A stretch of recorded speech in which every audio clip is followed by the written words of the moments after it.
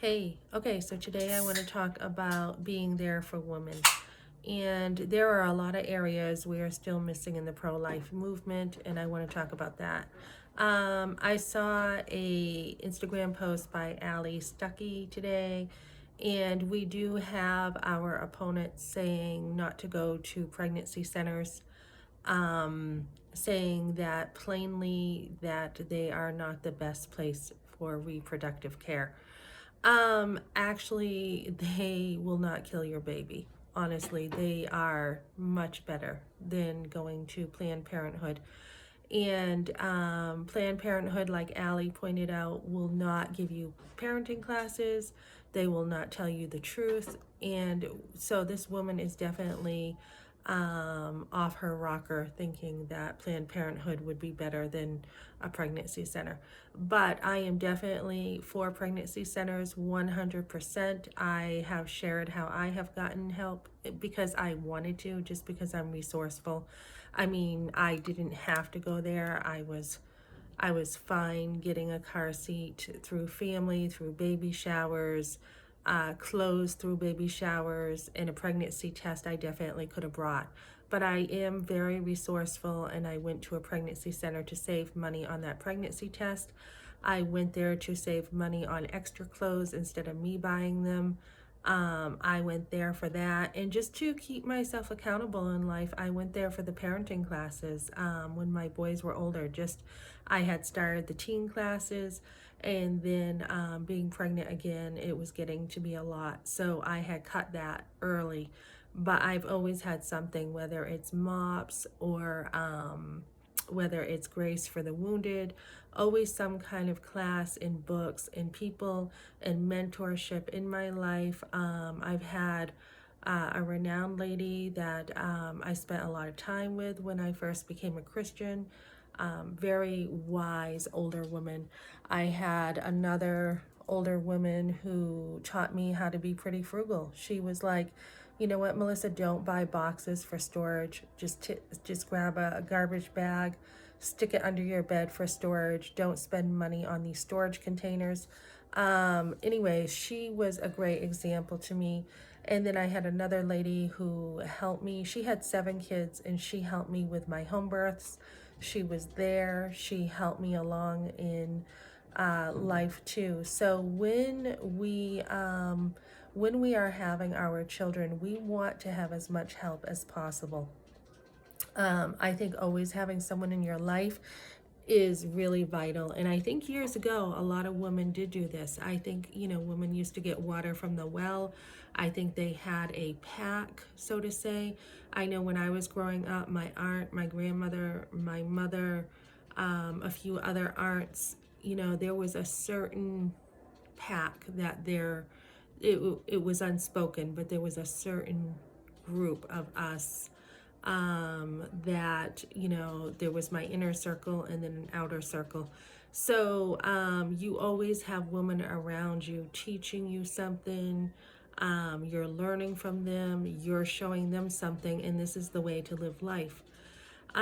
So what I wanted to talk about was basically women just need, the biggest need is to be there for women. Just be there. Make sure you're there for women. I have talked about in my last video about we do need to help women more, like car repairs is a huge need women have. But we need to be there mostly with our time and in our presence to be there. And another thing is transportation. Women should not only have transportation, but they should also have help, if they need to get to counseling.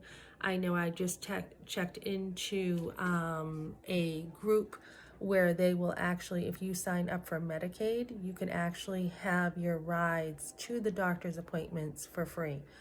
I did check out Tessa for domestic abuse, and they actually have protection orders in place if you need that. They have counsel to help you meet your goals. So that's another resource for women. And I was going to say something else. Oh, yes. So not only do you need to be there for women, but also when you are going through the post-abortive care, It's not just a class. It's not just one thing. It needs to be comprehensive. It needs to be the counseling after, and then just even more care for women, because this is such a detrimental thing that has happened to a woman. And I know for me, it has been two post-abortive classes. One was halfway done, and this one I finished. And there are still things coming up, and it seems like it will never end. But I think the way that you want to work is backwards. You want to get any garbage that happened after the abortion out of the way, any sin that you fell into because of the abortion. Not saying you didn't have a choice, but abortion does bring you down, and sometimes you don't understand why you're doing certain things. Then you want to kind of, get the grieving of your baby out of the way. And then from there, you want to actually deal with what happened. So I have shared, like I just could not get out of the emotion, the anger that I had with a boyfriend who, after my first boyfriend, dating a whole year, he had, basically said the condom was fine, and then it broke. And I really felt like after breaking up with him and trying to tell him, you know, that I didn't think I wanted to be with him anymore, I felt like he really just kind of tried to trick me into marrying him. And even if he didn't, I mean, the trust was broken. This was, after being taught condoms are safe, this was a condom that at this time that I happened to, want to break up with him, not quite sure of, you know, how I felt about things, with no help, no guidance at all from anybody in the dating world except my peers. My peers and I, we kind of stuck together, me and my girlfriends, with dating and everything. So the girls were kind of like, Melissa, he's kind of geeky, you can do better. And I kind of just felt like, yeah. And there was another guy I did like, and I wasn't sure how to deal with that. And then when he cried, I didn't know how to deal with that, except I felt bad for him. And so I compromised, which I kick myself for not compromising with the sex, because I definitely was brought up that fornication was okay, and which it isn't.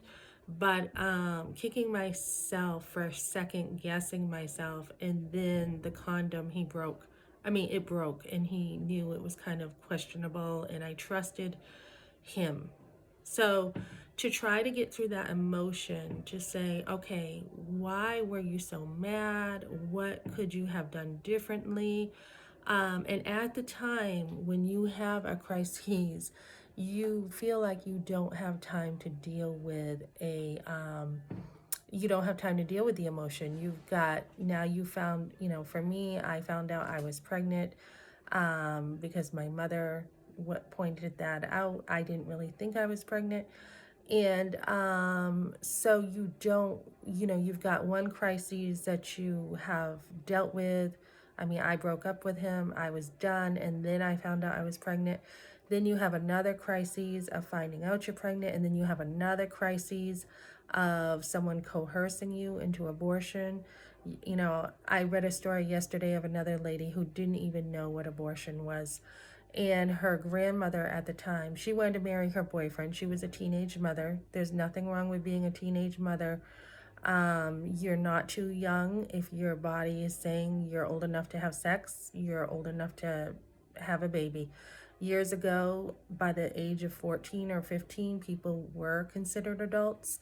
Men had a lot of responsibility at that age. We're in a society where men are being emasculated. But back to the subject. So then you have, the abortion to deal with, and then you have going down to deal with it, and more betrayal and more trust issues.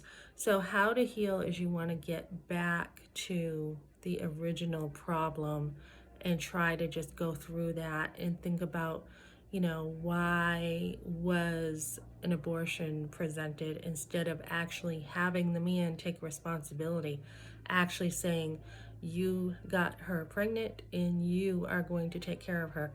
But this story I read yesterday, this woman said she was a teenager, she was in love, they were going to get married, but it was her grandmother who decided, pretty much, she introduced the idea of abortion to her and wanted her to have an abortion because she had had a baby out of wedlock, and she had, in a small town, the humiliation of having a baby. And, it shouldn't be this way. Why is the woman taking the humiliation? It takes two to have a baby. And I know I did have one person say to me, "You're the one who got pregnant." And he blamed me, my father, for getting pregnant. When in fact, as a kid, he knew I was having sex. And yeah, nobody asked what happened. For all they knew, I could have been raped, for all they knew. And, definitely some coercion there with him was there, and he did get what he wanted, and, nobody asked what happened. So abortion doesn't solve issues. And we really, as women, want to be able to work this out. And it takes so long to do this. But just being there for women, helping them, talking to them, being able to, even on social media, being able to ask hard questions. I will debate with girls on social media and get to the bottom of it. So you're really dealing with the heart, and you're really dealing with trying to solve the problem, not so much, it is important to have everything there for women, whatever they need, especially single moms. Me, lately, not having a husband in my life, I have felt a double pressure of making sure everything is, done that needs to be done. So especially for mothers who are single, you want to make sure they have everything they need all the way up. But even more so, you want the communication, and you want to be there for women. And that's, if it's 24/7, you want to be able to help women with whatever they need. And that, I believe, is how we're going to kick this abortion issue, is just by being there, being supportive, helping women, communicating with them, establishing relationships. And something I've seen in my YouTube channel lately is a lot of women are struggling with just relationship issues. Just, how do I deal with this bum who just, scammed me? How do I deal with dating? How do I deal with if a guy does this? How do I deal with that? So I really think the root of this is relationships, and I will be talking about relationships more. Okay, guys, thanks for joining me. Have an awesome day.